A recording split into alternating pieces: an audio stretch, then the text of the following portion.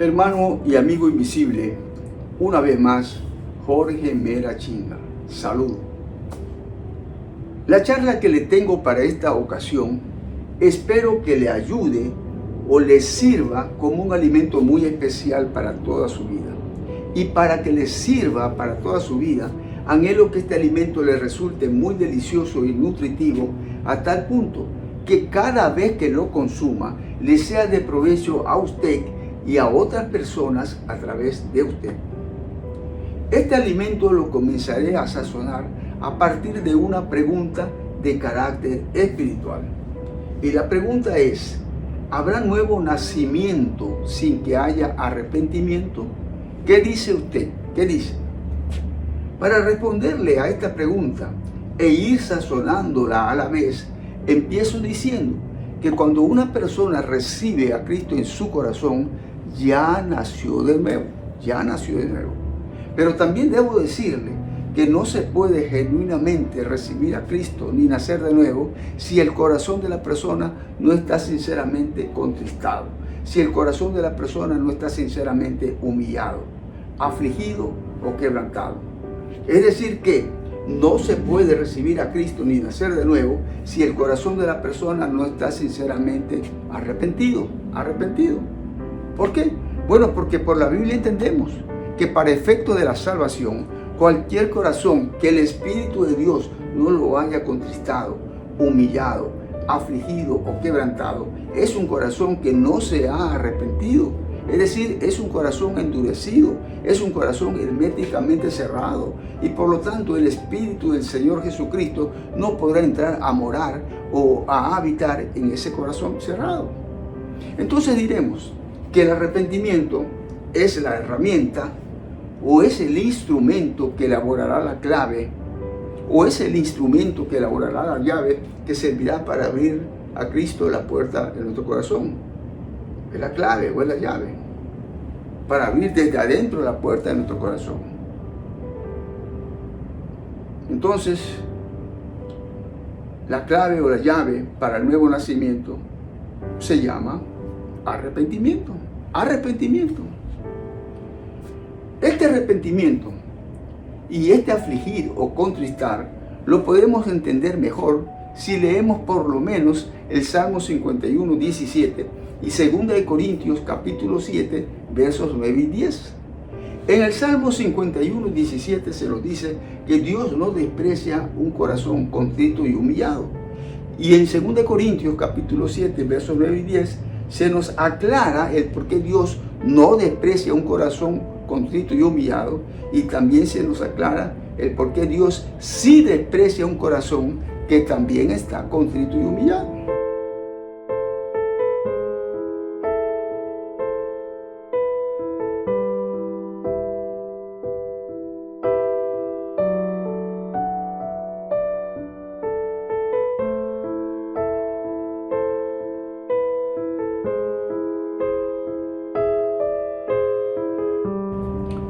A ver, ¿por qué Dios no desprecia un corazón que está contrito y humillado? ¿Por qué? Bueno, porque según esta cita bíblica, aquí se nos da a conocer que la tristeza que es según Dios tiene la intención de llevar al ser humano hacia Dios y por lo tanto hacia el verdadero arrepentimiento, el cual nos conduce hacia la verdadera vida que nos ofrece Dios. Por esa razón el Señor no desprecia un corazón que está contrito y humillado según Dios, porque esta clase de tristeza conduce al ser humano hacia el verdadero o genuino arrepentimiento. Ahora, ¿por qué Dios sí desprecia un corazón que también está contrito y humillado? ¿Por qué?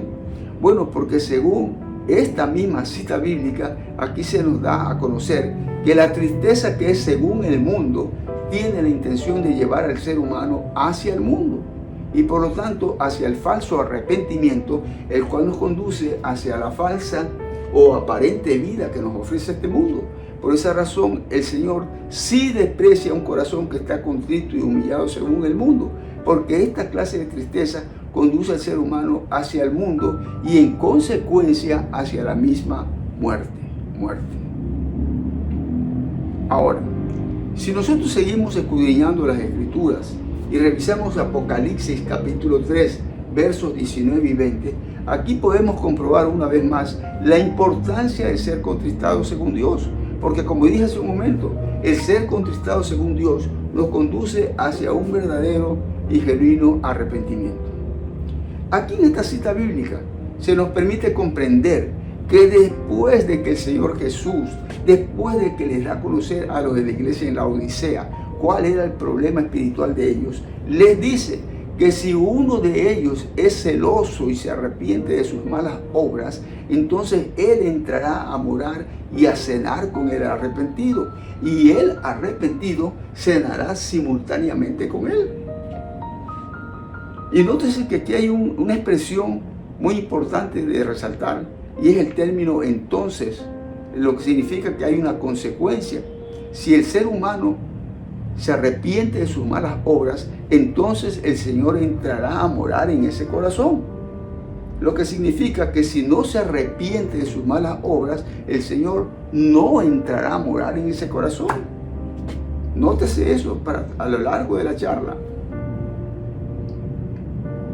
Entonces, esta cita bíblica nos permite comprender que, al margen de interpretar a quién realmente se le está dirigiendo este mensaje, lo que debemos de resaltar o destacar es que el afligirnos o el arrepentirnos de nuestras malas obras es la clave o es la llave que servirá para abrir desde adentro la puerta de nuestro corazón. Es la clave o es la llave. Entonces, a través de estas tres citas bíblicas, yo creo que ya tenemos bastante clara la idea. Y la idea es que para que el arquitecto divino entre a ser el residente de obra en el corazón del ser humano y pueda estar renovando la casa o renovando el corazón, el arquitecto divino primeramente pondrá su condición. Y la condición es que para poder entrar él a renovar la casa tiene que estar limpia de pecado, la casa tiene que estar libre de pestilencia, no libre de espíritus inmundos. Porque estos espíritus inmundos automáticamente saldrán después de que Satanás haya sido atado y el Espíritu del Señor Jesucristo al corazón del ser humano haya entrado. Ahí sí, automáticamente saldrán estos espíritus inmundos. Entonces, la casa lo que sí tiene que estar es limpia de pecado, porque el pecado es el obstáculo, el pecado es el impedimento para que Cristo pueda ver, el pecado es el impedimento para que Cristo pueda oír o entrar en el corazón del ser humano.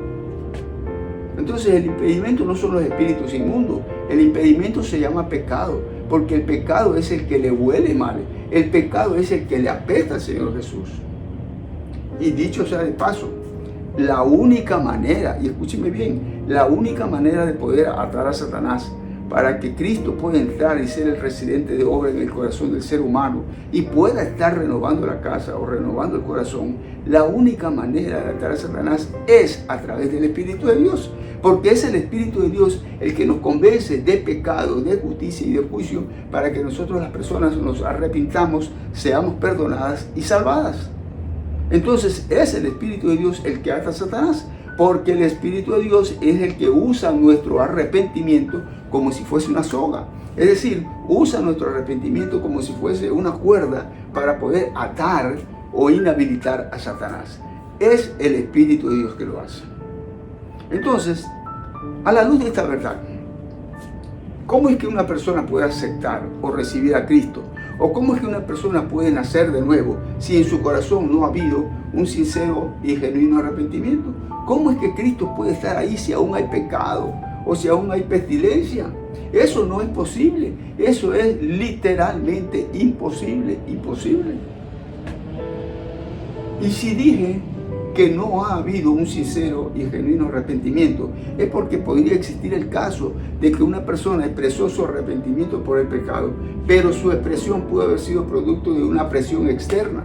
Es decir, su expresión pudo haber sido producto de un interés o de una conveniencia meramente terrenal, mas no celestial. Por ejemplo,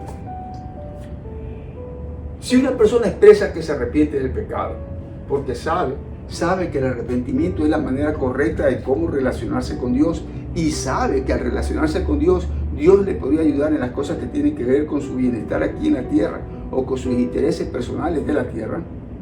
Si una persona expresa un arrepentimiento de esta naturaleza, es decir, si una persona expresa un arrepentimiento inspirado por un bienestar terrenal, este arrepentimiento no es sincero ni genuino. Este arrepentimiento no es legítimo. Es un arrepentimiento meramente intelectual o en el mejor de los casos también emocional, pero nada más, nada más. ¿Por qué? Bueno, porque cualquier persona puede pensar que se arrepiente del pecado a pesar de que en su corazón no haya un sincero y genuino arrepentimiento. Por esa razón yo creo que sería bueno que recordemos ese refrán que nos dice que del dicho al hecho hay mucho trecho. ¿Por qué? Porque su arrepentimiento puede haber sido similar a la oración de un creyente en la cual le dice al Señor Jesús, le dice por ejemplo, Señor Jesús, gracias por el sacrificio que hiciste en la cruz del Calvario por mí. Sin embargo, no vive para Jesús como un agradecido. Es decir, le dice gracias, pero no vive como un agradecido. Lo mismo puede pasar en una persona que expresa su arrepentimiento por el pecado. Sin embargo, no vive como un arrepentido que busca cada día ser más y más como Jesús. Por lo tanto, su arrepentimiento y por ende su vida cristiana vendría a ser nada más y nada menos que una simple falacia. ¿Por qué? Porque una cosa es decir me arrepiento y otra cosa es arrepentirse. Porque como dije hace un momento, del dicho al hecho hay mucho trecho. Entonces sería bueno que para saber cuál es su caso, sería bueno que usted mismo se dé cuenta que no le va a pasar nada malo si usted hace una pausa en su vida para tratar de descubrir si antes de iniciar en su vida cristiana el Espíritu Santo le convenció o no de pecado, de justicia y de juicio. Y además, si producto de este convencimiento el Espíritu Santo le causó o no dolor, tristeza o pesar por su pecado. Vea que no le va a pasar nada malo si usted trata de ser honesta u honesto con usted mismo. Usted no peca delante de Dios por querer hacerse un examen introspectivo. Usted no peca delante de Dios por querer hacerse una tomografía espiritual. Usted no peca delante de Dios por querer hacerse un examen de conciencia. Es que usted no peca delante de Dios por estas cosas. Por lo tanto, hágase un examen para que pueda llegar a descubrir si antes de iniciar en su vida cristiana usted se arrepintió o no se arrepintió delante de Dios por su pecado.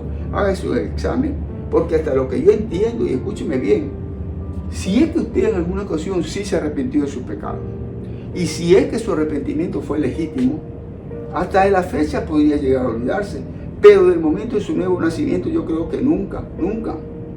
Entonces, si usted no se acuerda de la fecha ni del momento de su nuevo nacimiento, es porque posiblemente en su corazón no hubo un sincero y genuino arrepentimiento. Y si no hubo un sincero y genuino arrepentimiento, en su corazón no hubo un verdadero nuevo nacimiento. Y si no hubo un verdadero nuevo nacimiento, es porque posiblemente, ¿no?, la semilla tal vez cayó o se sembró junto al camino, tal como lo menciona la parábola del sembrador en el Nuevo Testamento. Y este camino en el cual cayó la semilla, este camino representa a un corazón endurecido. Este camino representa a un corazón herméticamente cerrado. Y al haber caído la semilla sobre este corazón herméticamente cerrado, la semilla quedó a la intemperie. Y por esa razón vino el malo, la arrebató, porque la semilla quedó a la intemperie. La arrebató. Y por esa razón es que tal vez usted ya no se acuerda de la fecha ni del momento de su nuevo nacimiento. Porque como el malo arrebató la semilla, usted no se acuerda ni siquiera del momento de su arrepentimiento, no se acuerda. Pero si esta semilla hubiese caído sobre un terreno o corazón fértil, o por lo menos sobre un terreno pedregoso o espinoso, a lo mejor el malo no lo hubiese arrebatado y la semilla hubiese germinado y brotado. Y si después de haber brotado hubiese desarrollado, a lo mejor, escúcheme, a lo mejor de su arrepentimiento usted sí se hubiese acordado, a lo mejor sí. Y ve usted que este arrepentimiento es tan importante para que se produzca el nuevo nacimiento, que este arrepentimiento lo encontramos en la Biblia, o que esta expresión de arrepentimiento la encontramos en la Biblia en algunos momentos. Por ejemplo, vaya usted al libro de Mateo, capítulo 3, verso 2, y va a encontrar a Juan el Bautista diciéndole a las personas que iban al desierto donde él se encontraba, lo encontramos diciéndoles: arrepentidos, arrepentidos que el reino de los cielos se ha acercado, arrepentidos. Entonces vemos que Juan el Bautista hacía una invitación inicial al arrepentimiento. Es decir, que la invitación o el llamado inicial que hacía Juan el Bautista siempre estuvo enfocado en el arrepentimiento, Y si nosotros revisamos el libro de Mateo capítulo 4, verso 17, vamos a encontrar que el Señor Jesucristo justamente Él también hacía o decía lo mismo. Aquí en esta cita bíblica podemos ver que el Señor Jesucristo, al inicio de su ministerio público, Él le decía a las personas que lo escuchaban, les decía, arrepentidos. Arrepentidos que el reino de los cielos se ha acercado, arrepentidos. Entonces vemos que el Señor Jesucristo también, Él hacía una invitación o un llamado inicial al arrepentimiento. Él también hacía eso, estaba enfocado en el arrepentimiento. Aunque hay algunas citas bíblicas donde aparenta que el Señor Jesús no hacía un llamado inicial al arrepentimiento, pero si nosotros escudriñamos bien estas escrituras, nos daremos cuenta que para efecto de la salvación, en algunas de estas citas bíblicas sí está implícito el arrepentimiento, está implícito, sino que simplemente tenemos que escudriñar bien las escrituras y nada más, nada más. Además, en Lucas 5:32 y en Marcos 2:17, podemos ver al Señor Jesucristo dirigiéndose a los escribas y a los fariseos con la intención de hacerles conocer el propósito para el cual Él había venido a este mundo.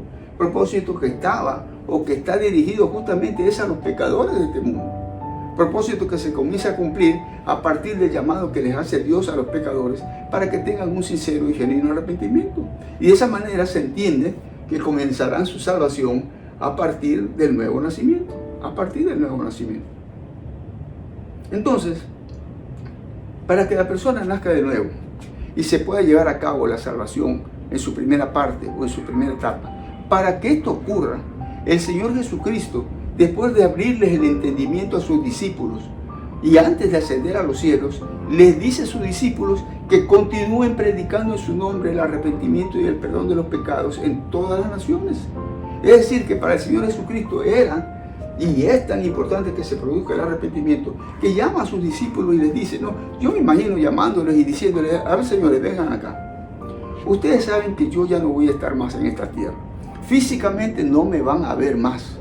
Por lo tanto, les recomiendo hasta lo último que prediquen en mi nombre el arrepentimiento y el perdón de los pecados. Y hagan esto en todas las naciones, porque esto que les estoy mandando a hacer es básico, es fundamental, no se les puede olvidar. Porque esto es lo primero que deben hacer las personas. Y después de que el Señor Jesucristo es llevado a los cielos, y luego de que los apóstoles recibieran la promesa del Espíritu Santo, el Espíritu Santo, ya estando en el corazón de los apóstoles, hace que a través del mensaje del apóstol Pedro, hace que las personas que estaban congregadas en ese lugar, es decir, en el día de Pentecostés, hace que estas personas se sintieran culpables de la muerte de Jesús.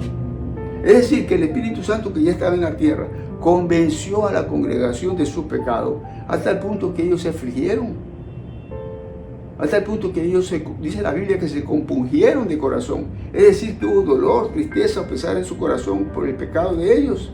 Tanto así que no tardaron en decir a los apóstoles, señores, díganos qué es lo que tenemos que hacer, recomiéndenos qué es lo que debemos de hacer, porque nuestro corazón late aceleradamente sabiendo que tenemos que hacer algo, pero no lo sabemos.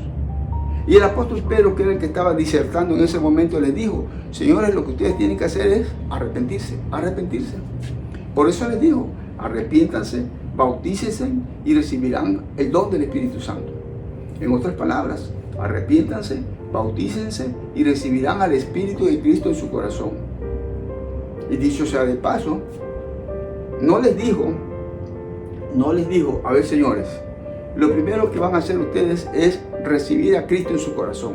Y después de que reciban a Cristo en su corazón, se arrepienten y se bautizan. O se bautizan y se arrepienten. No les dijo eso.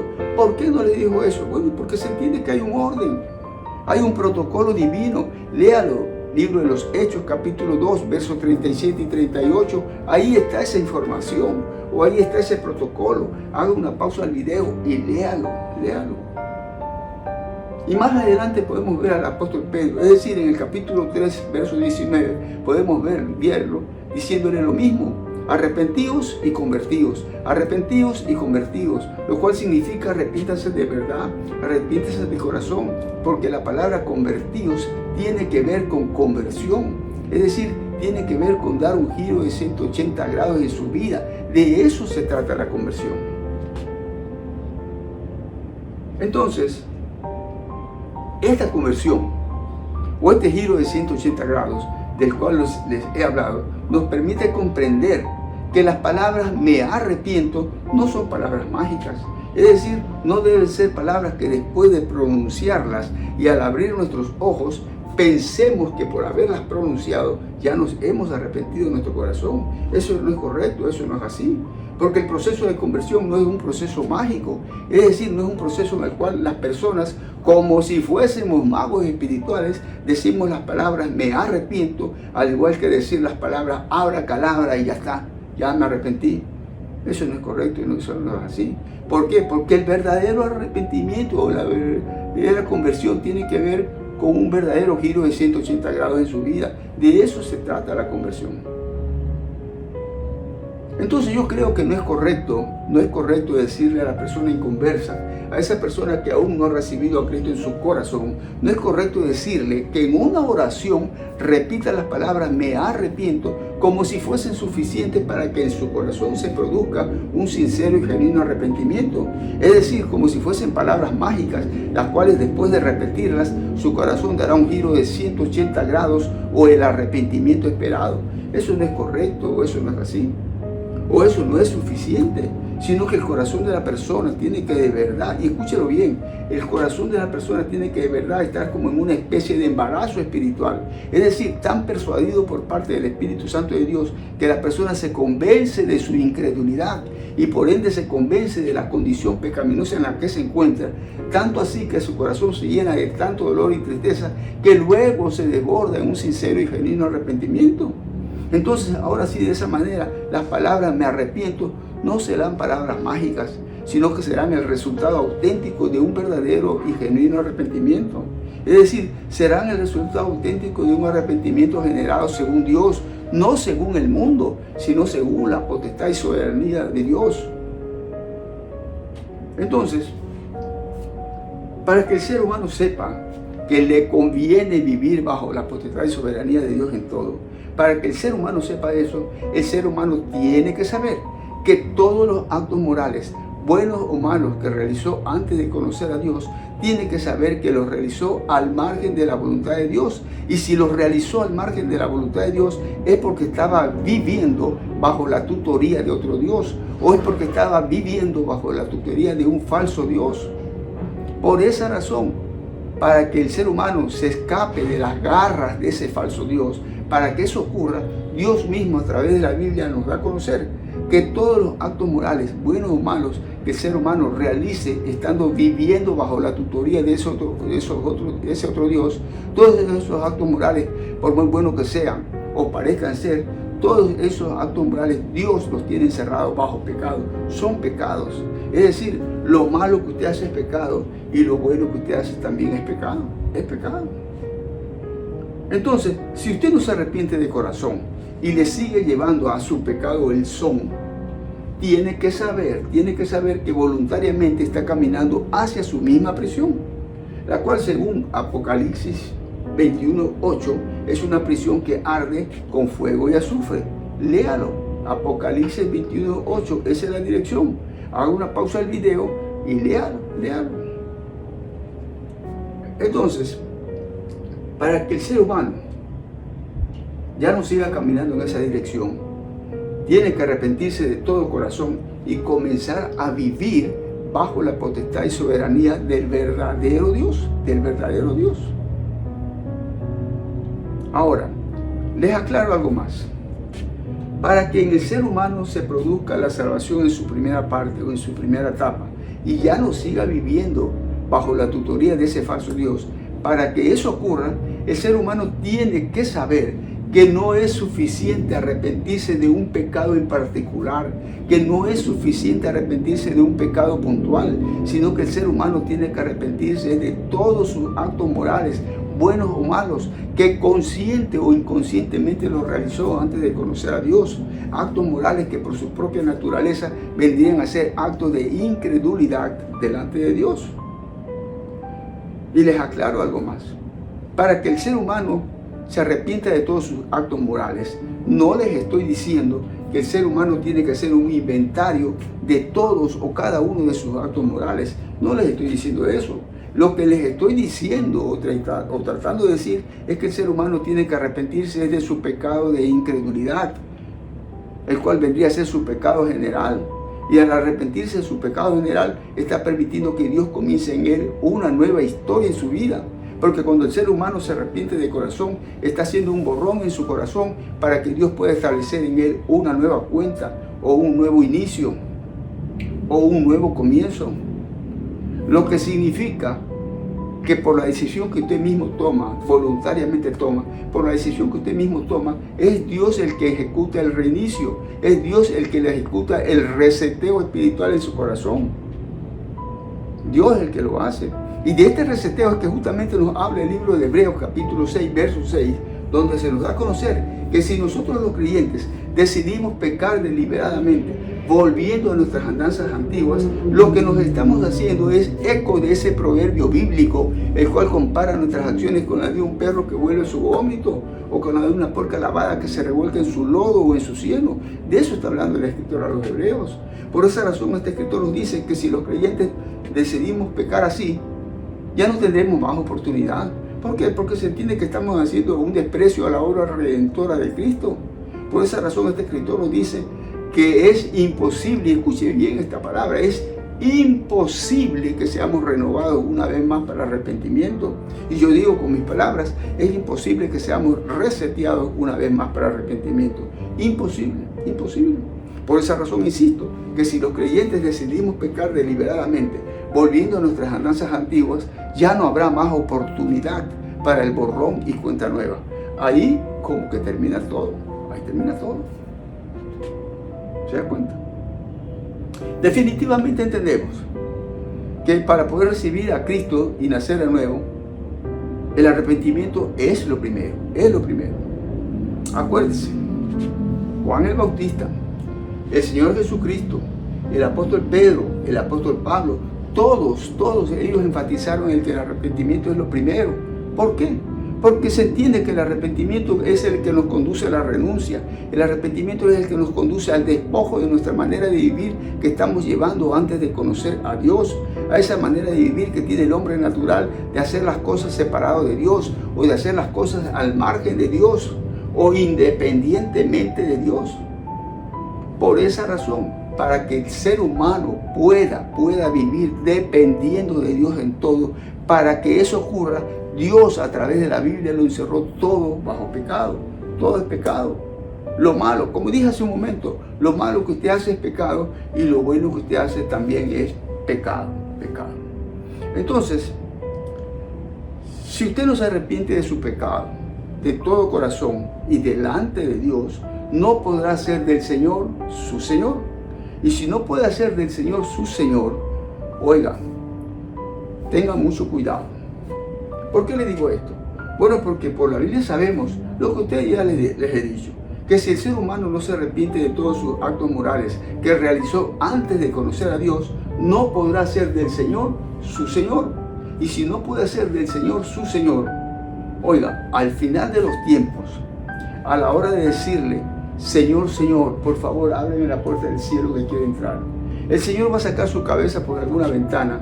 Y bueno, déjenme aclararle que esto último que les estoy diciendo no está en la Biblia, simplemente se lo estoy añadiendo yo para tratar de ser un poco más didáctico y nada más. El Señor va a sacar su cabeza por alguna ventana y le va a decir, ¿quiénes son ustedes?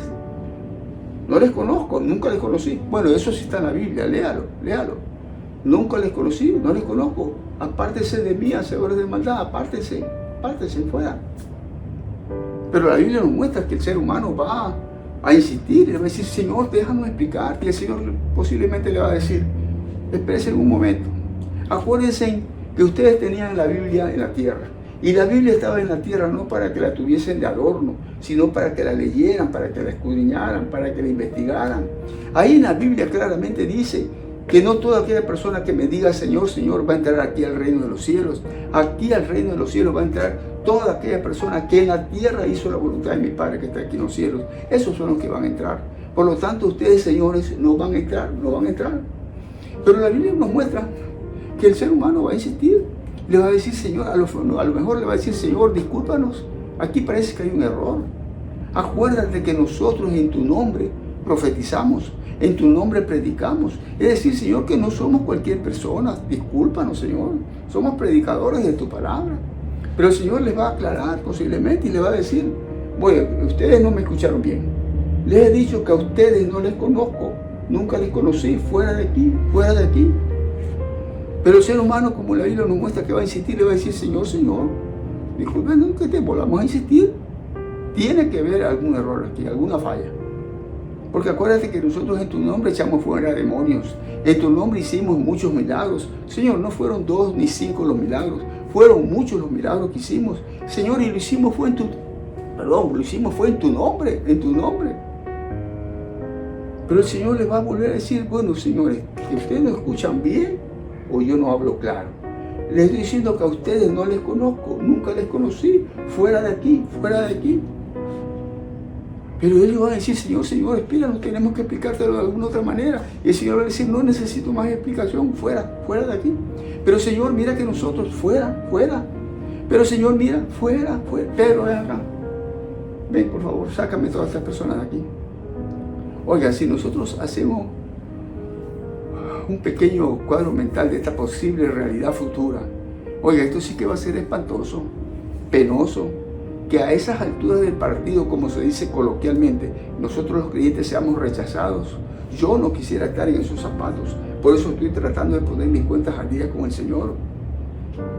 Vea, revise el libro de Lucas y revise el libro de Lucas, capítulo 13, versos del 3 al 5. Ahí va a poder leer la advertencia que nos hace el Señor Jesús, esa advertencia que prácticamente se la hace a la humanidad, porque ahí está diciendo claramente que si el ser humano no se arrepiente, y entendemos que no está hablando de cualquier arrepentimiento, sino que está hablando de un sincero y genuino arrepentimiento, lo que significa que si el ser humano no se arrepiente de corazón, va a morir o va a perecer junto y revuelto con aquellas personas que parecen ser más culpables que nosotros, junto y revuelto con aquellas personas que parecen ser más dignas de muerte que nosotros. Es decir, que no hay diferencia, no hay diferencia. Escuche, si el ser humano no se arrepiente de su pecado de incredulidad, va a morir junto y revuelto con aquellas personas que parecen ser más culpables que nosotros. Porque nosotros pensamos y decimos, no, a lo mejor yo no me merezco esa muerte. El de allá sí, porque es un adúltero, un fornicario, un hechicero, un violador, un asesino. Él sí, pero yo no. Oiga, la Biblia nos muestra que no es así.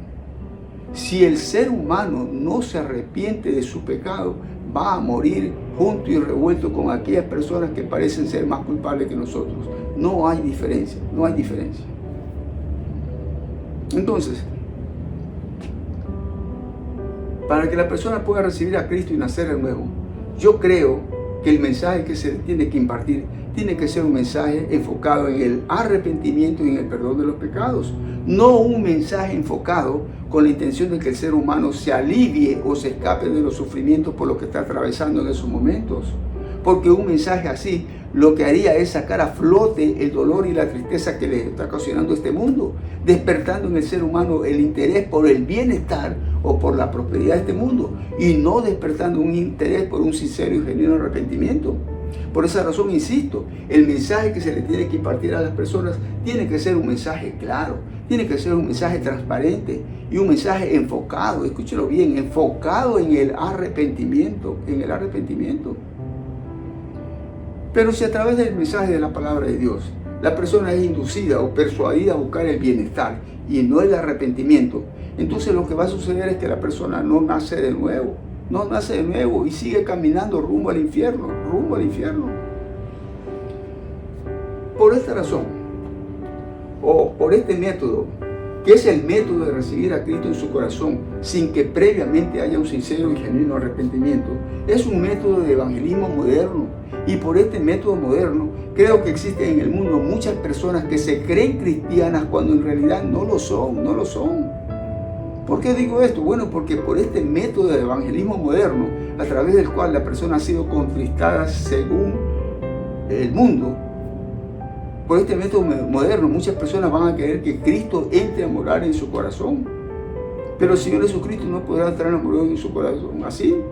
Porque para que eso ocurra, según la Biblia, la persona tiene que haber sido contristada según Dios para que se produzca un sincero y genuino arrepentimiento.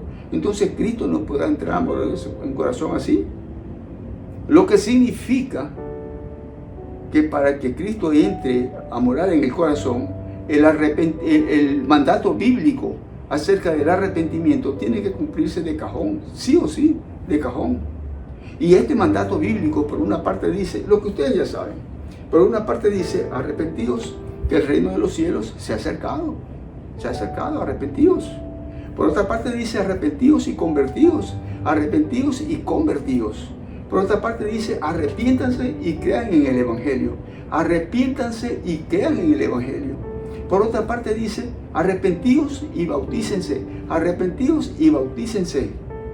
Por otra parte dice, sean celosos y arrepiéntanse, arrepiéntanse.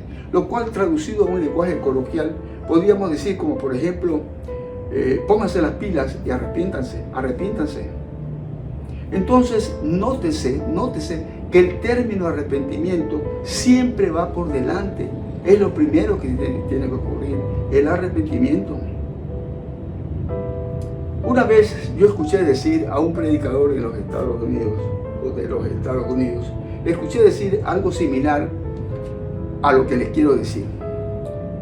Y lo que les quiero decir es que este predicador, a través del mensaje de la palabra de Dios, nos dio a comprender que por este método erróneo, del cual justamente les acabo de mencionar, por este método erróneo, muchas personas camufladamente o subliminalmente han sido exoneradas de un sincero y genuino arrepentimiento, y por esta razón muchas de estas personas supuestamente reciben a Cristo como su Señor y Salvador personal sin que previamente haya un sincero y genuino arrepentimiento, lo cual podemos interpretar como una falla o como un error garrafal.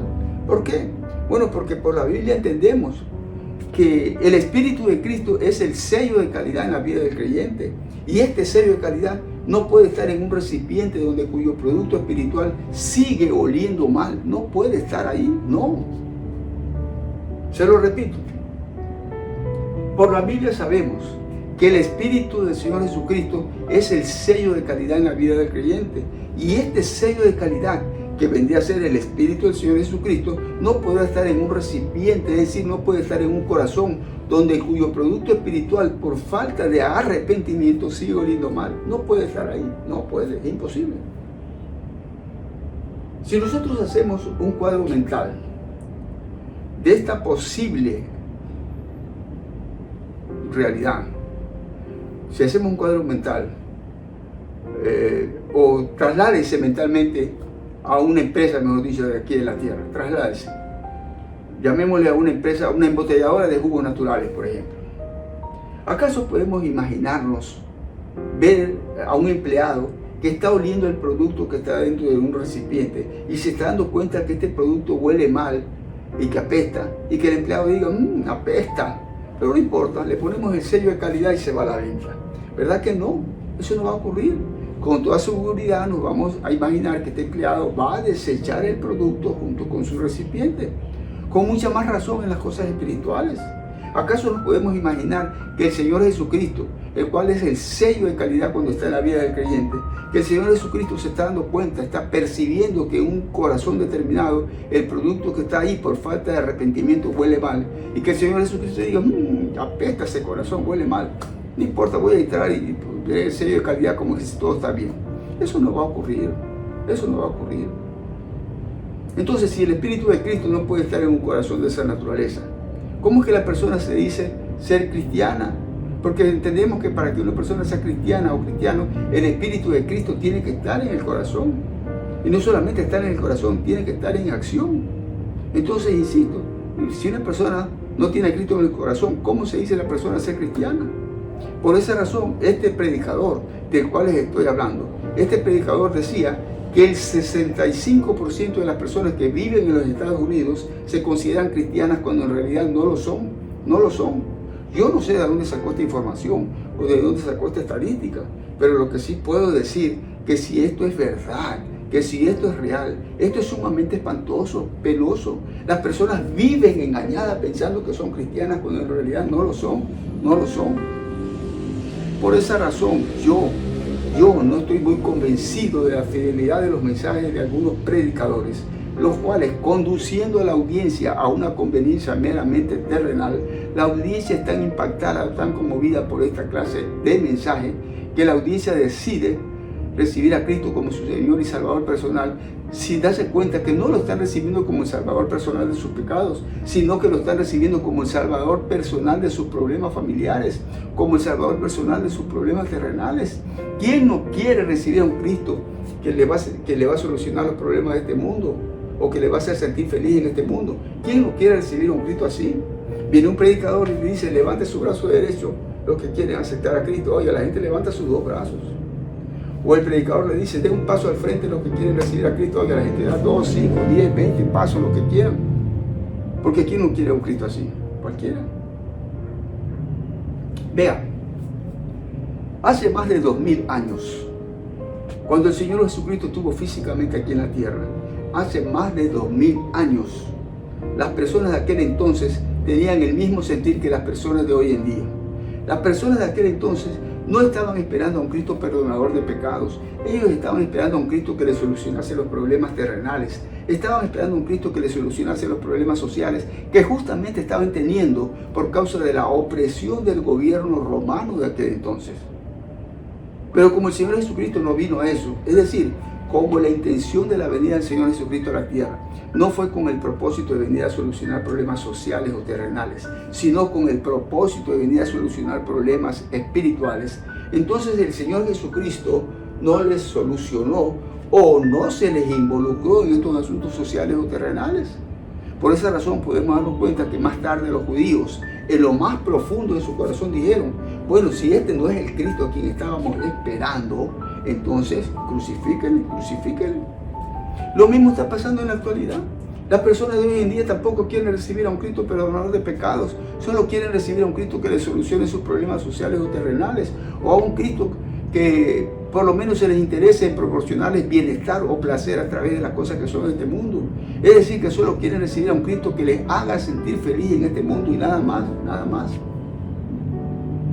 Pero como para el Señor Jesucristo el mundo y las cosas que pertenecen a este mundo no tienen importancia alguna en comparación con las cosas que pertenecen al otro mundo, entonces el Señor Jesucristo, a través de su misma palabra, nos recuerda que después de su partida física hacia el cielo, Él ha retornado espiritualmente a este mundo para que, entre otras cosas, los creyentes comprendamos que las cosas que pertenecen a este mundo deben ser consideradas irrelevantes, así como Él las consideró irrelevantes cuando estuvo en este mundo.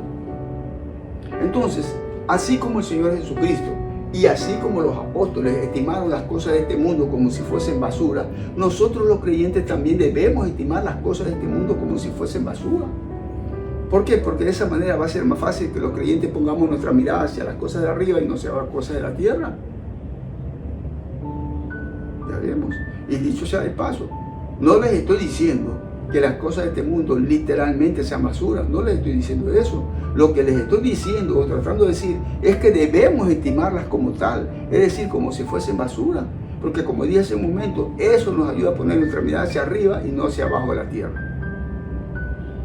Pero como la mayoría de las personas no les interesa poner su mirada hacia arriba, sino hacia abajo de la tierra, entonces Satanás se infiltra o se introduce muy sutilmente en algunas iglesias con la intención de que en estas iglesias no se haga énfasis sobre la necesidad de que en el ser humano se produzca un sincero y genuino arrepentimiento. Arrepentimiento que vendría a ser el escenario inicial para poder poner nuestra mirada hacia arriba y no hacia abajo de la tierra. Entonces Satanás se infiltra o se introduce muy sutilmente en algunas iglesias para que en estas iglesias no se produzca el arrepentimiento que es según Dios, sino que se produzca el arrepentimiento que es según el mundo. En otras palabras, Satanás se infiltra muy sutilmente en algunas iglesias para que las personas que escuchen el mensaje sean conducidas a amar más al mundo y a las cosas que pertenecen a este mundo, todo lo cual choca o contradice con las palabras del Señor Jesús que están en Mateo 10:37, en las cuales se nos da a conocer que cualquier persona que ame más a padre, a madre, a hijo, a hija, primo, nieto, sobrino, suegra, nuera o cualquier cosa de este mundo, no es una persona digna de Él. Es decir, no es una persona digna o digno de ser llamado hijo de Dios o digno de ser llamado discípulo de Cristo, obrero de Cristo o embajador de Cristo. Y como el interés mayor de las personas es poner su mirada hacia abajo de la tierra, entonces cada vez que las personas escuchan un mensaje de esta naturaleza, se les alborota más y más la comezón de oír esta clase de mensaje. mensaje donde no aparece para nada la tristeza o el arrepentimiento que tiene su origen en el Dios verdadero, es decir, en el Dios de la D mayúscula, sino por lo contrario, aparece es la tristeza o el arrepentimiento que tiene su origen en el falso Dios, o sea, en el Dios de la D minúscula. Es decir, que aparece es la tristeza que es según el mundo. Y por esta clase de tristeza, muchas personas supuestamente reciben a Cristo como su Señor y Salvador personal, sin darse cuenta que no lo están recibiendo como el Salvador personal de sus pecados, sino que lo están recibiendo es como el Salvador personal de sus tormentos, como el Salvador personal de sus sufrimientos. Y como este es el sentir de la mayoría de las personas, muchas de estas iglesias son abarrotadas de personas que tienen comezón de oír esta clase de mensaje. Y por esta clase de mensaje, muchas personas, inconscientemente y en silencio, y en lo más profundo de su corazón, se hacen eco de las palabras de los judíos de hace más de 2000 años, cuyas palabras fueron: crucifíquenle, crucifíquenle. Y no estoy diciendo que literalmente los creyentes o no creyentes audiblemente van a decir: crucifíquenle a un Cristo que físicamente no está presente. No estoy diciendo eso. Lo que estoy diciendo o tratando de decir es que en lo más profundo de su corazón lo crucifican espiritualmente. Porque si este Cristo que vino hace más de 2000 años no se mueve a favor de las personas, permitiéndoles hacer lo que ellos quieren hacer, entonces en lo más profundo de su ser ellos van a decir, como los judíos de aquel entonces: crucifíquenle, crucifíquenle, crucifíquenle. Y aún más, si este Cristo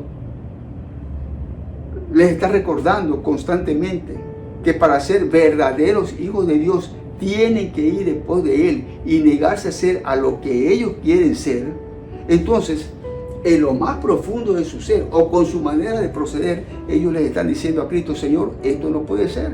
Y cada vez que deciden hacer cosas que van en contra de la voluntad de Dios, lo que están haciendo es crucificando al Señor Jesucristo en lo más profundo de su corazón. Eso es lo que están haciendo. Entonces, así como los que no conocen a Cristo lo cargan por fuera sobre su pecho crucificado en su corazón, los que conocen a Cristo, por no someterse a la moral divina, lo crucifican dentro de su corazón. Es decir, que los que no conocen a Cristo lo cargan crucificado por fuera, y los que conocen a Cristo lo cargan crucificado por dentro. Unos lo cargan crucificado por fuera y otros lo cargan crucificado por dentro. Esa es la pequeña o gran diferencia. En suma,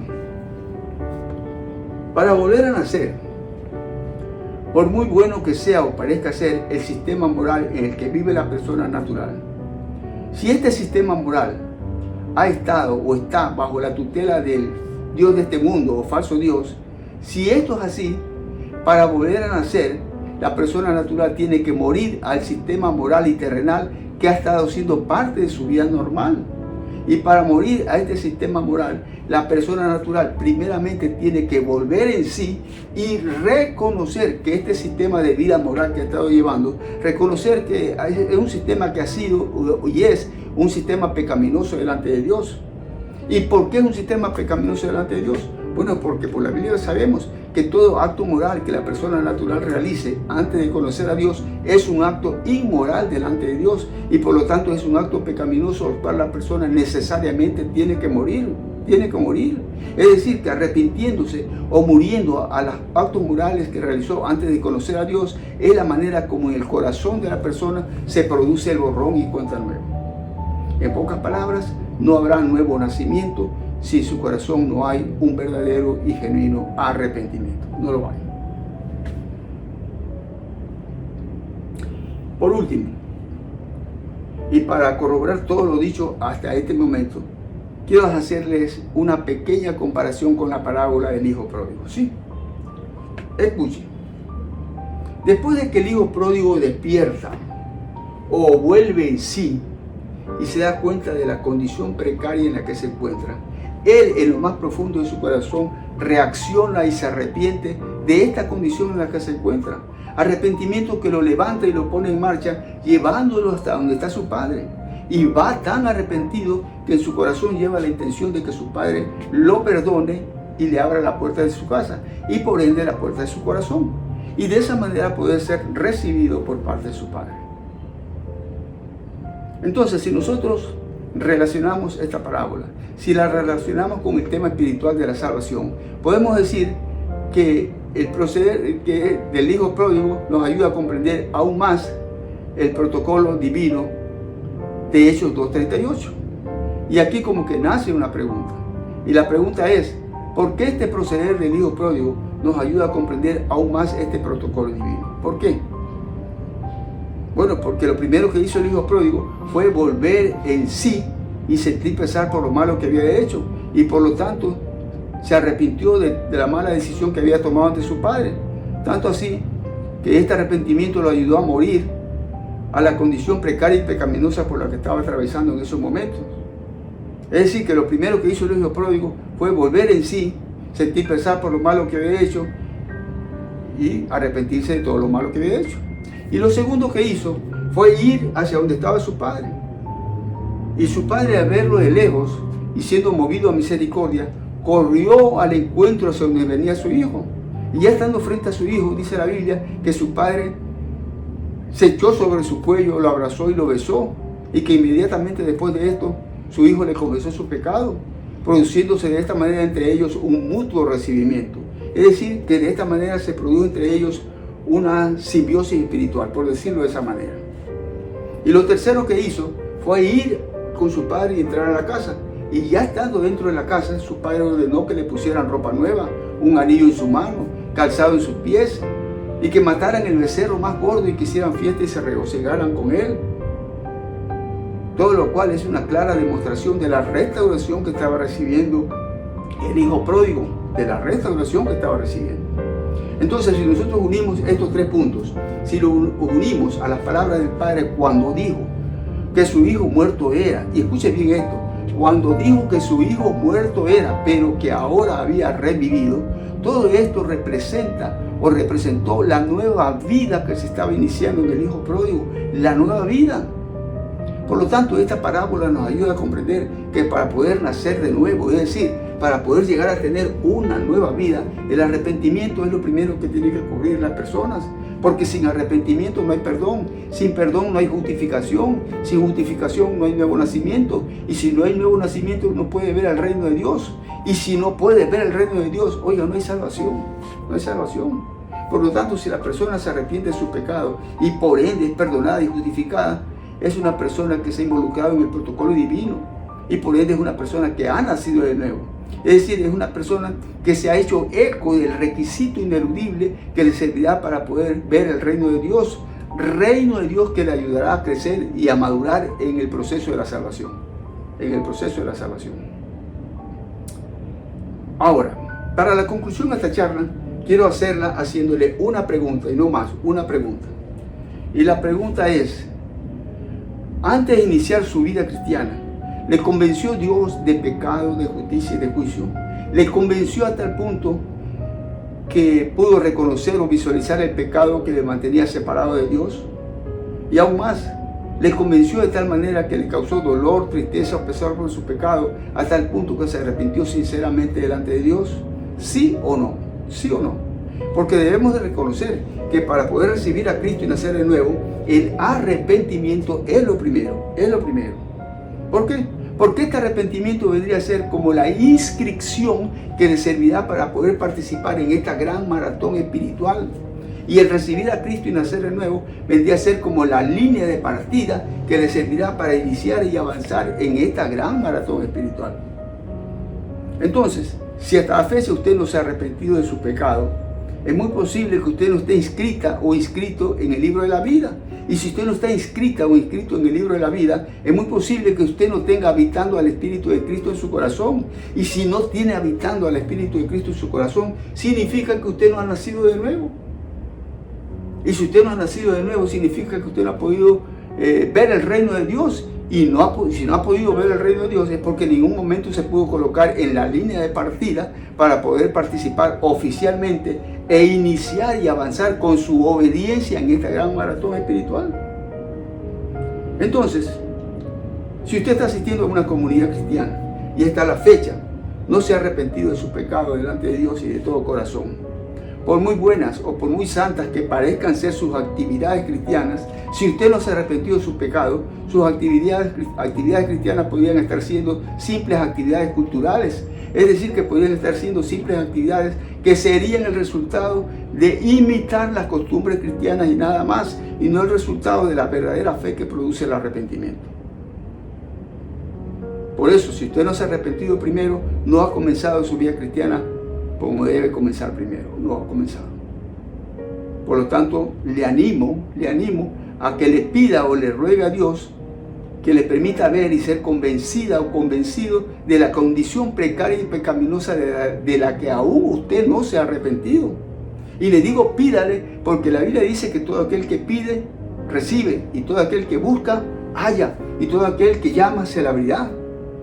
Pero usted tiene que saber que hay que pedir conforme a la voluntad de Dios. Y la voluntad de Dios para efecto de la salvación es de que todos los seres humanos primero procedan al arrepentimiento. Entonces, si hasta la fecha usted no se ha arrepentido, conéctese lo más pronto con Dios, porque usted no sabe qué tiempo de vida más le va a dar el Señor para que usted esté aquí en la tierra, o usted no sabe cuándo será la segunda venida del Señor y usted se queda afuera. No sabe. Por lo tanto, arrepiéntase y arrepiéntase de corazón para que el arquitecto divino pueda entrar y ser el residente de obra en su corazón y pueda estar renovando la casa o renovando este corazón. Arrepiéntase, pídale a Dios. Vuelvo y repito, porque la Biblia dice que el que pide, recibe. Entonces pídale a Dios, ruéguele que le convenza de la condición precaria y pecaminosa de la que aún usted no se ha arrepentido, que le convenza. Pídale a Dios. Entonces, yo creo que he sido bastante claro con mis expresiones y espero no haberles aburrido. Bueno, si Dios quiere, nos vemos en una próxima oportunidad y que el Señor les continúe bendiciendo. Y no se olviden, comparta este video con otras personas, no se quede con la bendición, compártanlo. Y vuelva a ver las veces que sean necesarias. Y si se le hace muy largo, véala por etapas, cada 10 minutos, después 10 minutos, y analice, no lo vea todo de corrido. Vea por parte, escúchelo por parte.